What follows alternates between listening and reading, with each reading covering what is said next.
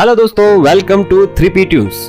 आज आपके लिए लाया हूं मैं एक और इंटरेस्टिंग वीडियो, और यह है पाकिस्तान के सुझाए गए नए तूफानी चक्रवात गुलाब के बारे में। गुलाब क्या है ये गुलाब? और अधिक जानने के लिए बने रहिए मेरे साथ 3P ट्यून्स के साथ।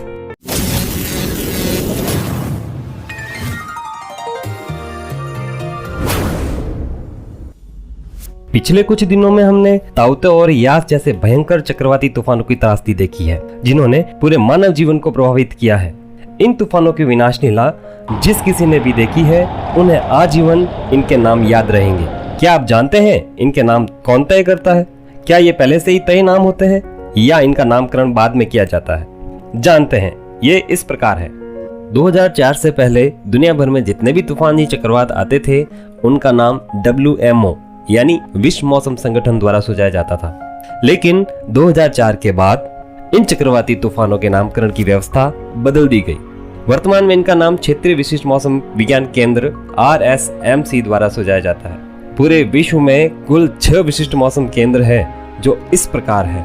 पूरी दुनिया में जितने भी चक्रवाती तूफान आते हैं, उनके नामकरण ये 6 विशिष्ट मौसम विज्ञान केंद्र ही करते हैं, जिनमें से पहला है संयुक्त राज्य राष्ट्रीय हरिकेन केंद्र। ये केंद्र अटलांटिक महासागर तथा पूर्वी प्रशांत महासागर से जितने भी उठने वाले चक्रवात हैं, उन सभी के नाम को सुझाता है। दूसरा है जापानी मौसम विज्ञान केंद्र। ये पश्चिमी प्रशांत महासागर से उठने वाले समस्त चक्रवातों को नाम देता है। तीसरा है नई दिल्ली, भारत। ये केंद्र उत्तरी हिंद महासागर से उठने वाले समस्त चक्रवातों के नामकरण करता है। चौथा है फ्रांस। यह हिंद महासागर से उठने वाले जितने भी तूफानी चक्रवात हैं, उनका नामकरण करता है।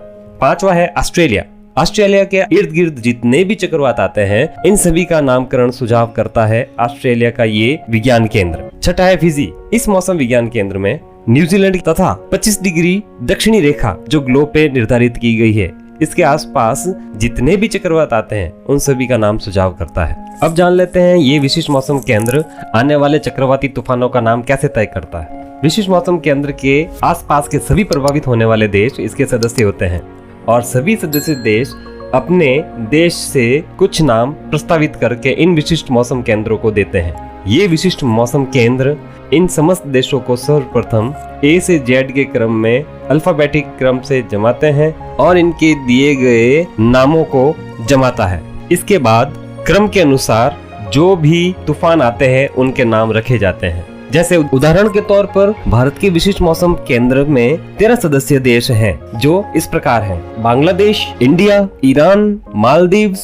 Myanmar, Oman, Pakistan, Qatar, Saudi, Sri Lanka, Thailand, UAE और यमन। और इनके द्वारा सुझाए गए नाम इस प्रकार हैं: गटी, निवार, बुरेवी, तौकाते, यास, गुलाब, शाहीन, जवाद, असानी, सितरंग, मेंडोज, मोचा। अब हम जानते हैं कि भारत के विशिष्ट मौसम केंद्र द्वारा बुरेवी, तौकाते और यास के बाद अब आने वाला चक्रवाती तूफान पाकिस्तान के द्वारा सुझाया गया नाम गुलाब होगा। तो आने वाला जो चक्रवाती तूफान का जो नाम है, पाकिस्तान के द्वारा दिया गया गुलाब ही होगा। और उसके बाद कतर का शाहीन, सऊदी का जवाद, और ऐसे ही क्रम से श्रीलंका, थाईलैंड, UAE और यमन के प्रस्तावित नामों को रखा जाएगा।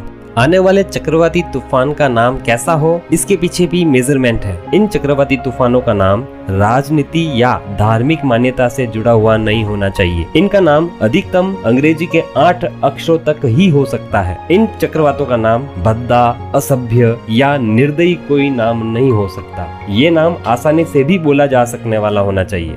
जो तूफान पिछले वर्षों में सबसे ज्यादा भयानक रहा है, उनका नाम भी वापस रिपीट नहीं किया जाता है। ये भी इसके मेजरमेंट में शामिल है। चक्रवाती तूफानों के नामकरण करने के पीछे क्या उद्देश्य है, ये जानते हैं। एक ही समय में अलग अलग जगह पर अगर चक्रवाती तूफान आते हैं, तो मौसम विभाग से जुड़े व अन्य लोगों को किसी प्रकार का कंफ्यूजन न हो, इसलिए इन तूफानों का नाम दे दिया जाता है। दूसरा मुख्य कारण है, इन तूफानों के नाम से चेतावनी जारी करने में प्रशासन को आसानी रहती है, जिससे समय रहते जान माल के नुकसान को कम किया जा सकता है।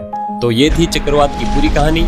वीडियो अच्छा लगा हो तो लाइक, शेयर और चैनल को सब्सक्राइब करना ना भूलें। Thank you.